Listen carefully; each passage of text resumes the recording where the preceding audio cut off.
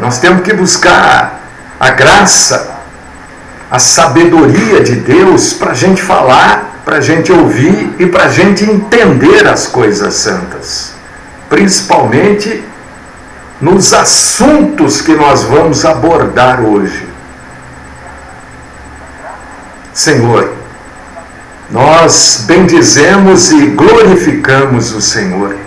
Adoramos o Senhor na beleza, na majestade, Senhor, da Tua santidade. Fala conosco, Pai querido. Abre o entendimento, abre a capacidade da gente entender das coisas santas e poderosas. Ajuda-nos, ó Paizinho querido. Nós queremos aprender, nós queremos entender, crescer na graça e no conhecimento do Senhor. Fala conosco. Sustenta-nos nas nossas fraquezas. Perdoa, Senhor, os nossos pecados, que são tantos. Esta é a minha oração, com ações de graças, no nome do nosso Senhor, no nome do nosso Salvador, Jesus, o Cristo. Amém.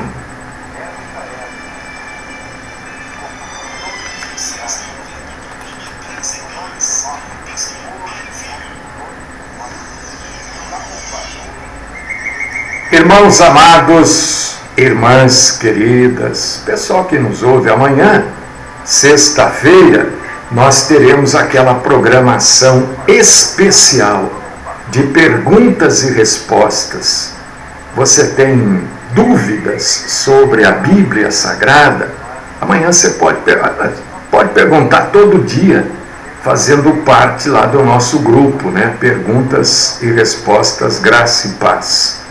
Mas amanhã é um programa especial para responder dúvidas bíblicas e sobre a vida cristã. Dúvidas bíblicas e sobre a vida cristã. Amanhã, sexta-feira, neste horário, você vai mandar a sua pergunta via SMS ou via WhatsApp e nós vamos responder para você. Tá bom? E nós vamos abordar hoje, você que já está pelo Facebook já sabe, hoje nós vamos abordar assuntos que, tem certeza, fazem parte das dúvidas da vida cristã. Qualquer cristão quer saber sobre estes assuntos que nós vamos abordar hoje.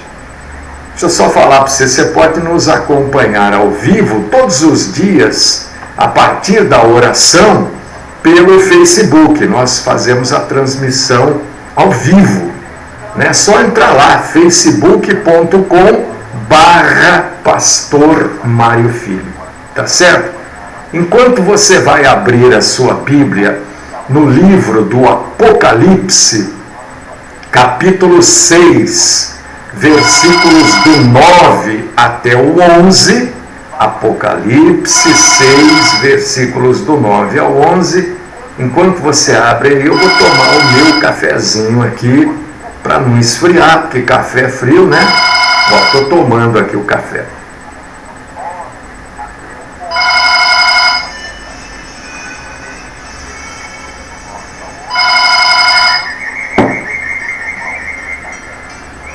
Abriu aí a sua Bíblia, irmão e irmã? Apocalipse capítulo 6, versículos do 9 ao 11. Muito bom.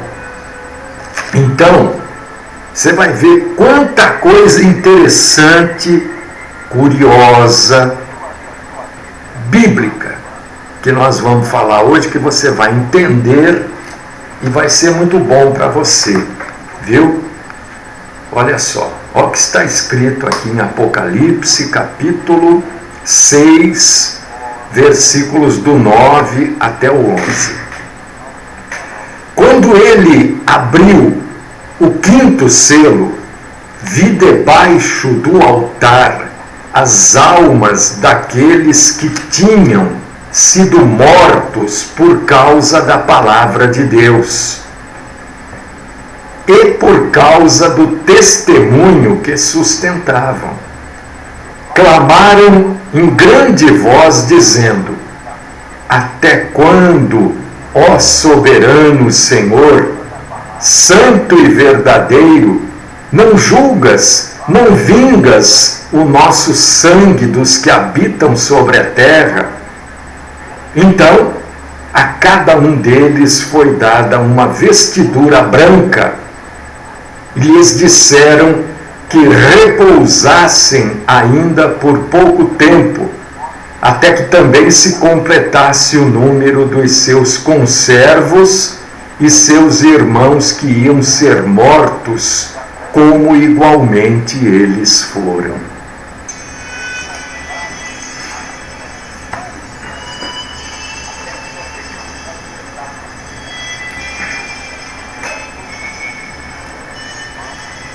Olha, quem é que não tem desejo, curiosidade de saber o que ocorre depois da morte física?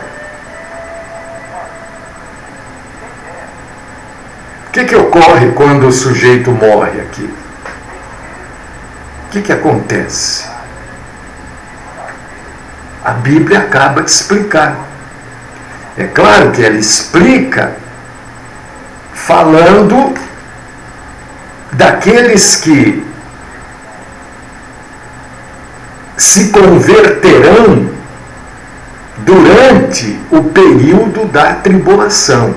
Porque esses que, sobre quem é relatado aqui em Apocalipse, capítulo 6, versículos do 9 ao 11, são os crentes que morreram salvos durante o período que há de vir, chamado de tribulação. Mas lendo, a gente entende o que acontece com o cristão que morre aqui na terra. Por um motivo ou outro, o sujeito morre. Ou ficou doente, ou sofreu um acidente, ou foi morto. Porque não é porque é cristão que não vai sofrer acidente.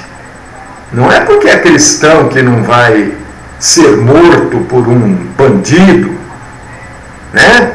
Não pense isso, porque você vai estar errado. O cristão morre como qualquer outra pessoa. Então, o cristão, quando morre, ele não perde a consciência, né? O cristão, quando morre, morre o corpo, assim como de qualquer outra pessoa. Qualquer pessoa, quando morre, o que morre é o corpo, é a matéria. A consciência, a alma. Entenda bem, em algumas passagens da Bíblia, primeiro, tenha na sua cabeça o seguinte: a Bíblia não foi escrita na nossa língua. A Bíblia não foi escrita no português. A Bíblia, na sua grande maioria do Novo Testamento, foi escrito no grego.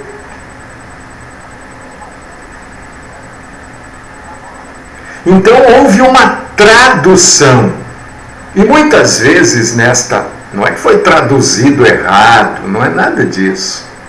É que muitas vezes, no grego, a mesma palavra é usada para diversas coisas, como aqui no Brasil também, né? E às vezes confunde-se na tradução alma e espírito. Às vezes onde está dizendo alma é espírito, onde está dizendo espírito é a alma. Às vezes a alma se refere às duas coisas, a própria alma e ao espírito também. Então, quando a pessoa morre, o que morre? Morre a carne, morre a matéria. A alma o que é a alma? A alma é onde mora, aonde vive todas as emoções humanas. Todas as emoções estão na alma, não estão no espírito.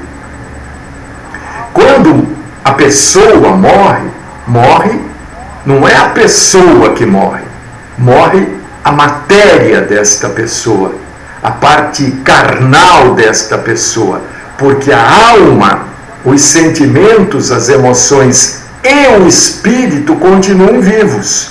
Olha, é exatamente o que diz aqui em Apocalipse capítulo 6, versículo do 9 ao 11. Aqueles que foram mortos por causa da palavra de Deus e por causa do testemunho, e eles clamaram, quer dizer, a alma e o espírito já continuava vivo, mesmo enterrados, mesmo lá, o corpo enterrado, o corpo apodrecido, a alma e o espírito continua vivo, né? Irmão, eu creio que esta passagem que nós lemos aqui deixa muito claro para nós que haverá conversão, sim. Esta é uma das passagens que deixa muito claro, irmão Davi Carboneiro, que haverá conversão, sim, durante a tribulação e a grande tribulação. Haverá, sim. Esta passagem é claríssima neste aspecto, né? Ela deixa extremamente claro isso para nós, viu? Então, está dizendo aí que você já ouviu dizer, né?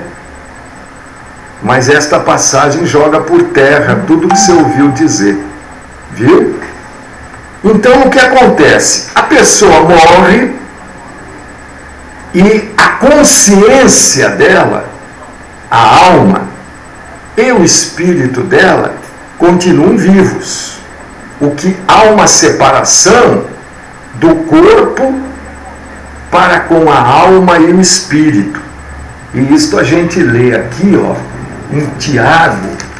Eu não vou poder, viu, irmãos, ler todas as referências por causa do tempo que a gente tem aqui no rádio, né? Então, na maioria das vezes, eu vou passar a referência para os irmãos e os irmãos dão uma olhadinha aí na Bíblia, confirma, né? Tiago, por exemplo, capítulo 2, versículo 26. Olha o que diz aqui. Porque assim como o corpo sem espírito é morto, o corpo, então separa o corpo, não vou entrar aqui, assim também a fé, porque eu estou falando aqui de separação do corpo para com a alma e espírito. Então Tiago escreve, o corpo sem o espírito é morto. Então, na morte, a alma e o espírito, eu vou tratar tudo como alma, tá? Mesmo o espírito e a própria alma, eu vou tratar tudo como alma para ficar mais fácil. Então, quando a pessoa morre, o que separa é a alma do espírito. Exatamente o que está dizendo aqui. O corpo sem espírito é morto. O corpo morreu, está lá, morto, né? Mas a alma daquele que está salvo, ela vai para Cristo, ela vai para a presença de Cristo. E aquele que não é salvo, a sua alma, estou tratando alma e espírito tudo como alma, tá? Para ficar mais fácil para a gente falar. Aquele que não está salvo, a sua alma já vai para o sofrimento eterno, entendeu? E este salvo, que o corpo morreu e a alma foi para Cristo, ele vai ficar ali em Cristo até a data do arrebatamento da igreja.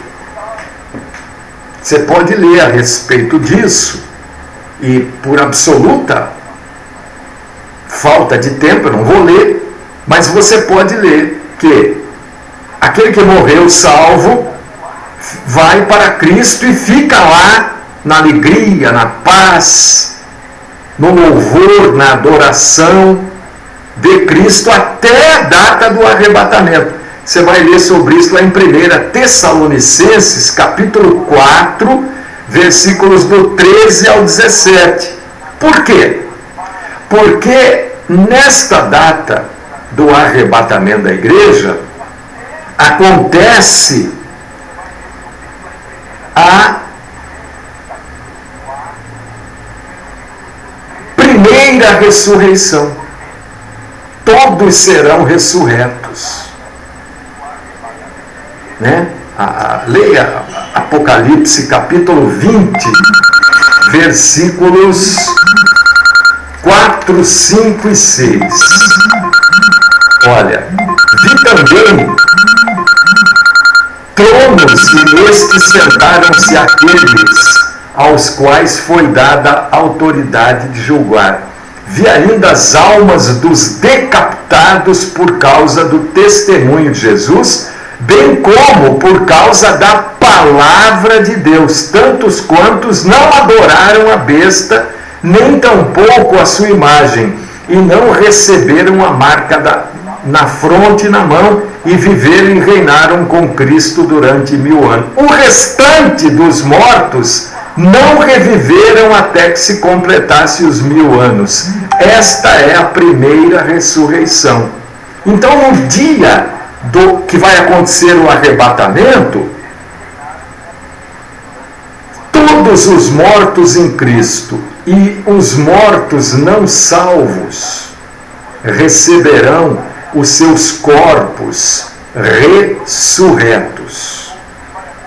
Receberão o seu corpo. Os mortos em Cristo receberão um corpo exatamente como nosso Senhor Jesus Cristo tem hoje.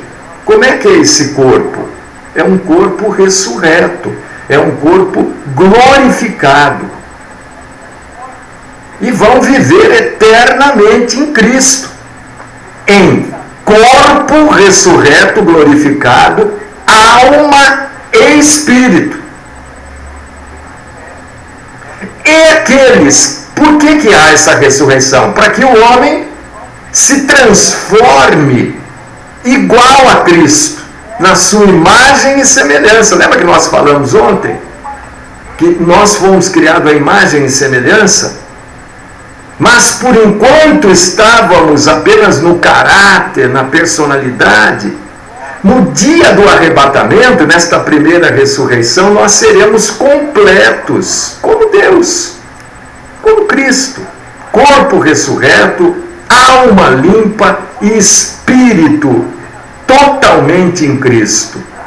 E aqueles que não morreram salvos receberão também o seu corpo ressurreto. Eles já estavam em sofrimento desde a sua morte, em alma e espírito. Em alma, né? Nós estamos tratando tudo como alma. Já estavam em sofrimento, as suas lembranças, tudo em sofrimento. E no dia do arrebatamento, eles vão receber o seu corpo para o sofrimento também. Então eles sofrem do mesmo jeito que os salvos se alegrarão por completo. Os condenados sofrerão também por completo. Nós nos alegraremos em espírito, alma e corpo. E os condenados sofrerão também em corpo, alma e espírito. Um sofrimento completo também. Enquanto os salvos estarão em comunhão com o nosso Senhor Jesus Cristo, como está em 2 Coríntios 5:8. Vamos ver se dá tempo aqui. 2 Coríntios 5:8. Entretanto, estamos em plena confiança, preferindo deixar o corpo e habitar com o Senhor. Os salvos, mortos já, estão lá com Cristo, mas o corpo não está com eles. Eles estão em alma e espírito. No dia do arrebatamento, eles receberão o corpo também, e os arrebatados também já serão arrebatados no seu corpo glorificado. E os condenados também estão sofrendo em espírito e alma, e receberão o corpo para sofrerem também no corpo. Então, a ressurreição física de todos os seres humanos, os salvos para a vida eterna e os não salvos para o castigo eterno. Né? Isso está lá desde Daniel. Desde o livro de Daniel, fala das 70 semanas e tal, Daniel 12, né? Até o Apocalipse, capítulo 20, versículos do 13 ao 5. Passando por João, capítulo 5, versículo 29. A alma, hoje já está assim. Lembrando que eu estou tratando alma e espírito como alma, tá? A alma dos não salvos é mantida em sofrimento até a ressurreição dos mortos, quando elas continuarão em sofrimento, mas também com os seus corpos. Entendeu? E os salvos já estão na alegria, já estão na glória. E no arrebatamento, receberão, os arrebatados subirão com o seu corpo ressurreto, e os mortos receberão seus corpos ressurretos também, para estarem presentes com Deus no grande trono branco. Apocalipse capítulo 20, versículos do 11 ao 15. Né? E os condenados serão lançados depois no fogo eterno do inferno, separados para a eternidade de Deus. Isto é que acontece com os que morrem. É exatamente isso que a Bíblia diz. A Bíblia não diz nem mais nem menos. Quem morre em Cristo vai para Cristo. Quem morre sem salvação já vai para a perdição eterna, para o sofrimento eterno. No arrebatamento, os arrebatados serão arrebatados com seus corpos glorificados, a igreja será arrebatada com seu corpo glorificado, e os condenados receberão os seus corpos para o sofrimento eterno. Haverá, depois do arrebatamento da igreja, irmão, irmã em Cristo, um período chamado de tribulação, um período que vai durar 7 anos, já vem lá de Daniel esta explicação, e está também em 1 Tessalonicenses 4,16 e na carta de Tito, capítulo 2, versículo 13. O que é o arrebatamento? É Cristo tirando a igreja da terra.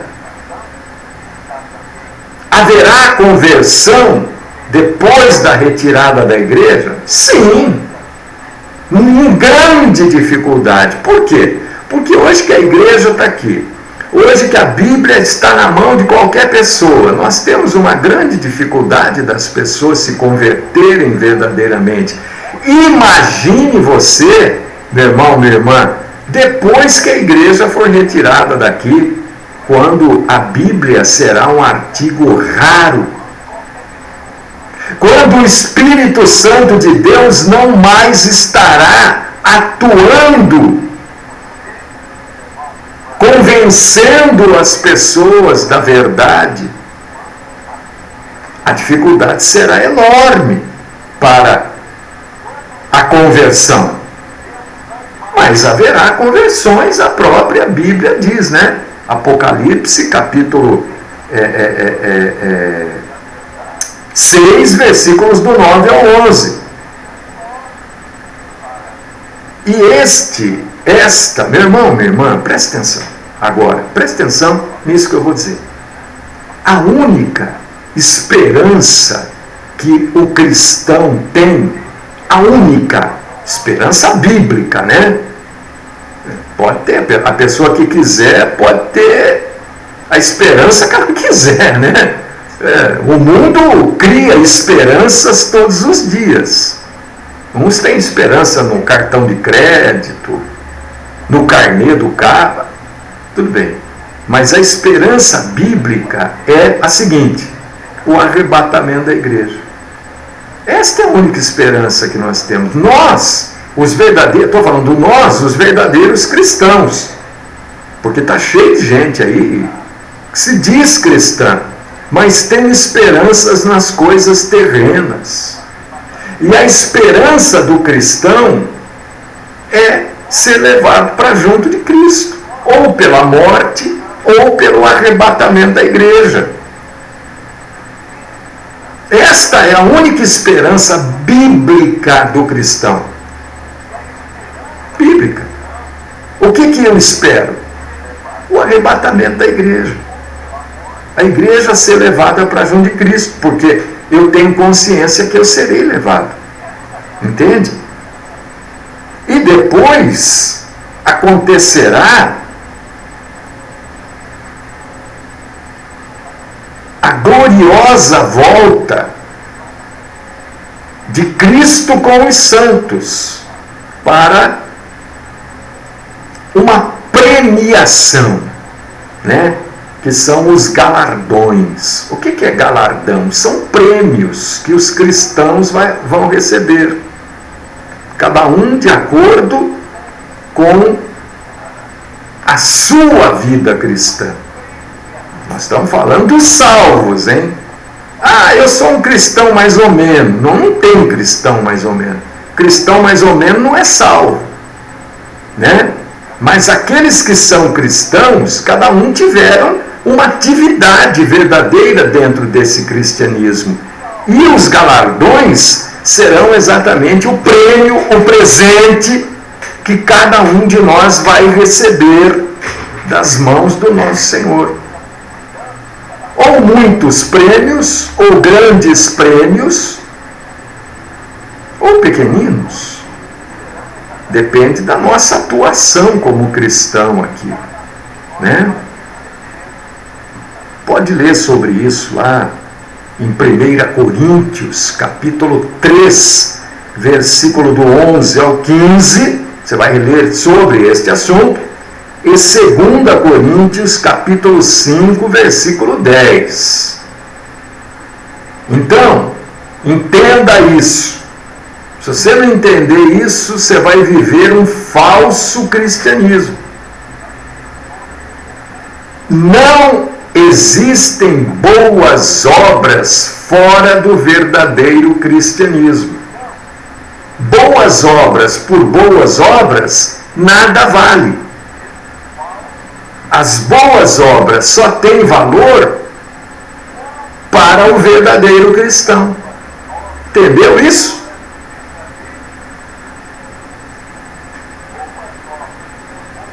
A igreja, num determinado momento, e a igreja espera este momento desde que ela foi instituída por Jesus Cristo. Foi Cristo que criou a igreja, né? E a igreja espera este momento desde que ela foi criada. Ela espera o quê? Ser removida da terra. João capítulo 14, versículos 1, 2 e 3. Vou ler. Eu quero ler, mas o tempo me segura. Mas eu vou ler. João 14, 1, 2, 3. Espera aí. Deixa eu achar João aqui. 14, 1. Está aqui. Não se turbe o vosso coração. Credes em Deus. Crede também em mim. Na casa de meu Pai há muitas moradas. Se assim não fora, eu vou-lo teria dito, pois vou preparar-vos lugar. E quando eu for e vos preparar lugar, voltarei e vos receberei para mim mesmo, para que, onde eu estou, estejais comigo também. Isso é a remoção da igreja. Esta é a vontade de Cristo, que nós estejamos junto dele. Sabe por quê? Isso é fácil da gente entender, né?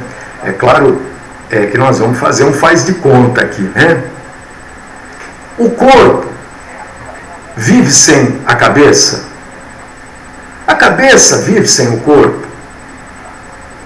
O completo é um corpo com uma cabeça com um corpo. Nós somos o corpo e Cristo é o cabeça. Por que Cristo nos quer junto dele? Para que isso fique completo.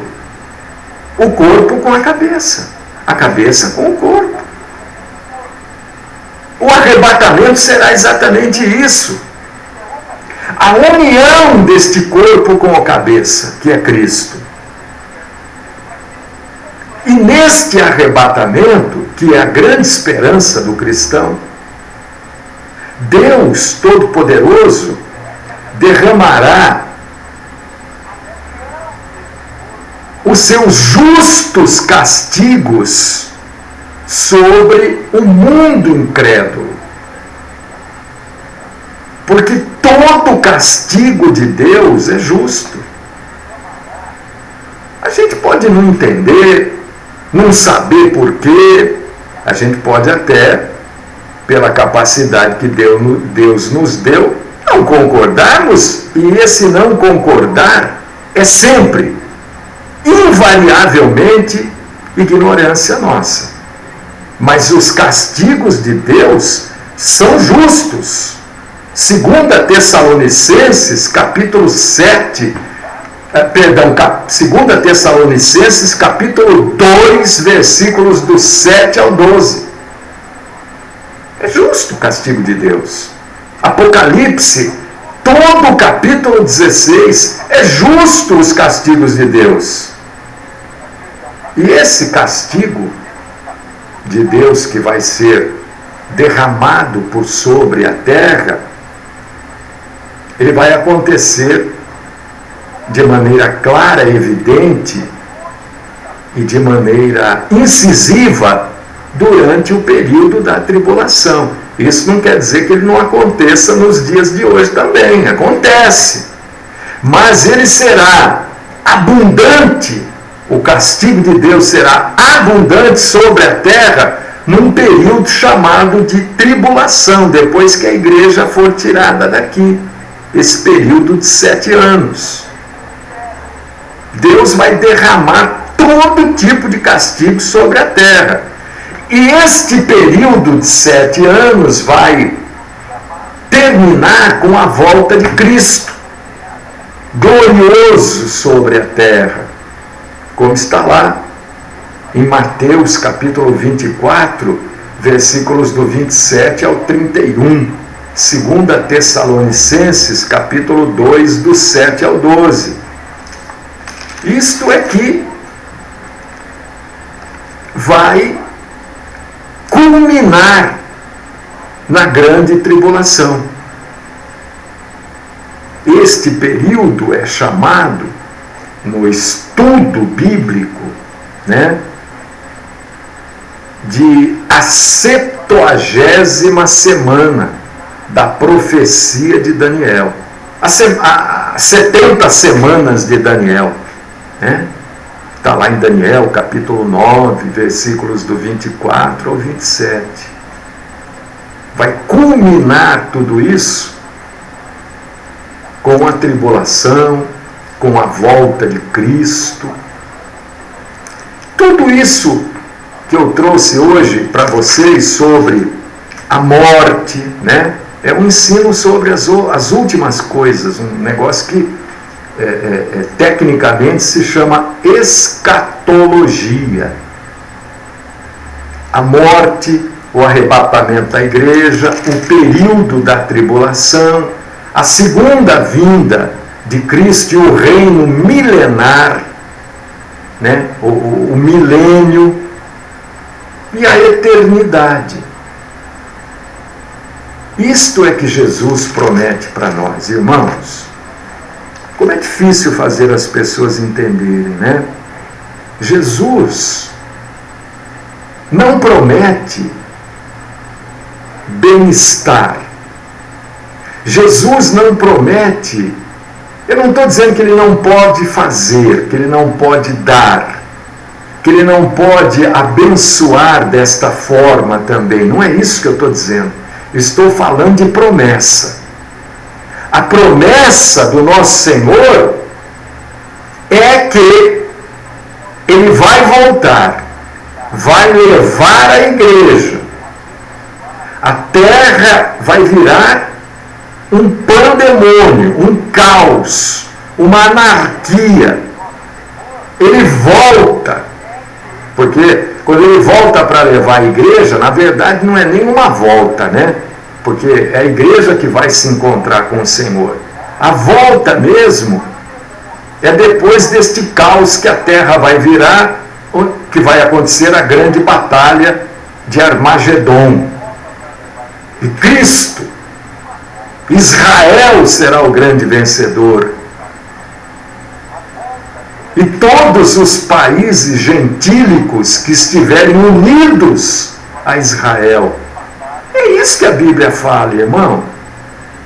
A Bíblia não fala de que... A Bíblia narra, a Bíblia conta milagres, profecias.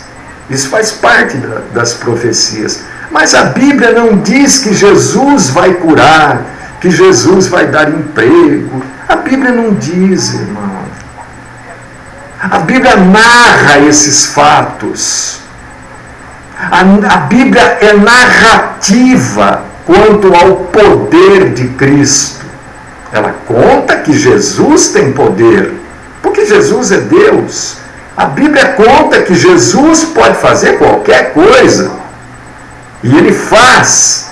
Mas não há promessa bíblica de que ele venha a fazer. De que ele tenha qualquer compromisso com a raça, com o ser humano em fazer isso. A Bíblia não diz, meu irmão, minha irmã, entenda isso, que você vai fazer uma coisa qualquer e que através disso que você faz ou venha a fazer, Cristo se sente na obrigação de derramar sobre você bênção de qualquer espécie ou de quaisquer espécies.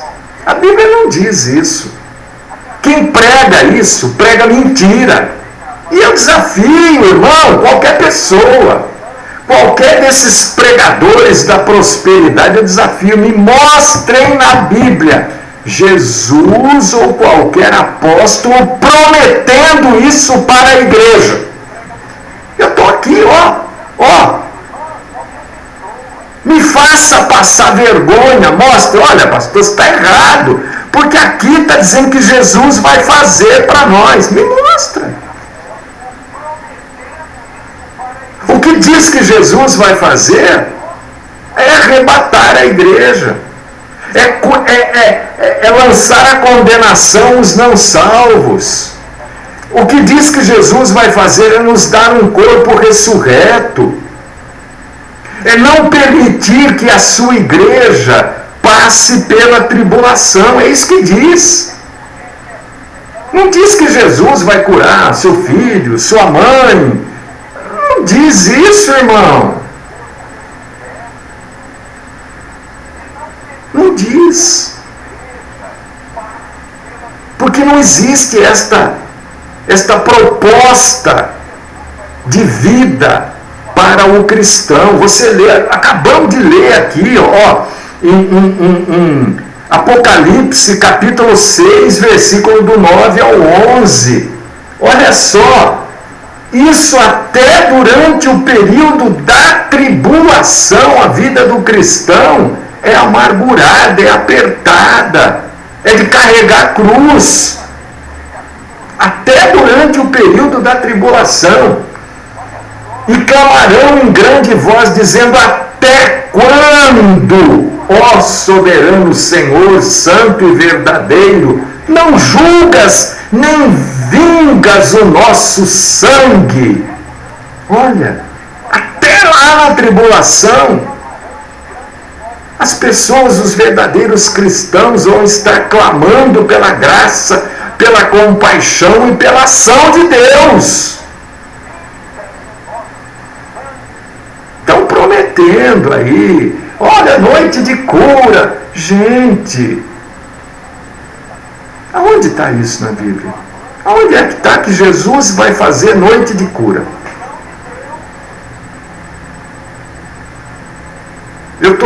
É difícil pregar para cristão, porque cristão se converteu mormente numa denominação.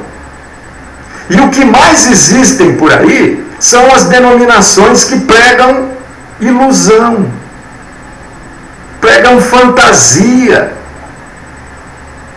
pregam que as narrativas bíblicas são promessas.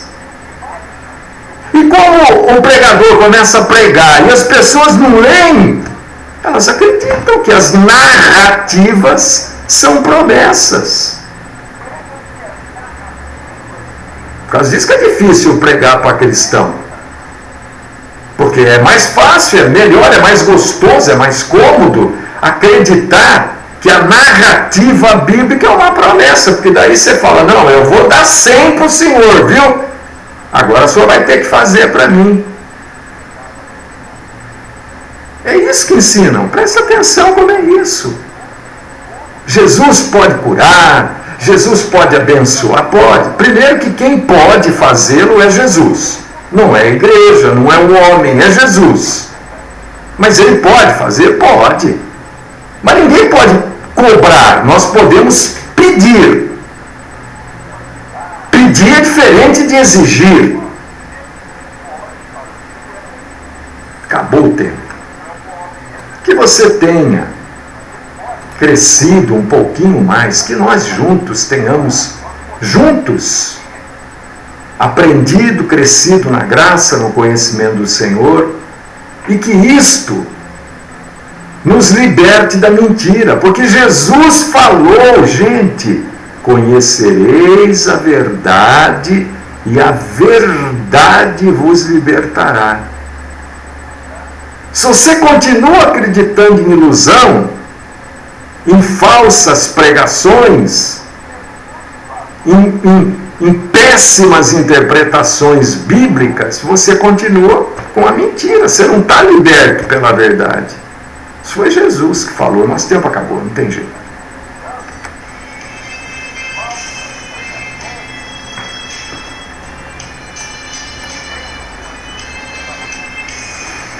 Amanhã, perguntas e respostas. Estou à sua disposição amanhã aí para esclarecer dúvidas bíblicas e da vida cristã. Querido Deus, amado Pai, nós te glorificamos e graças a Deus, mais uma vez, a verdade se libertou uma só pessoa, já é motivo de júbilo, de alegria.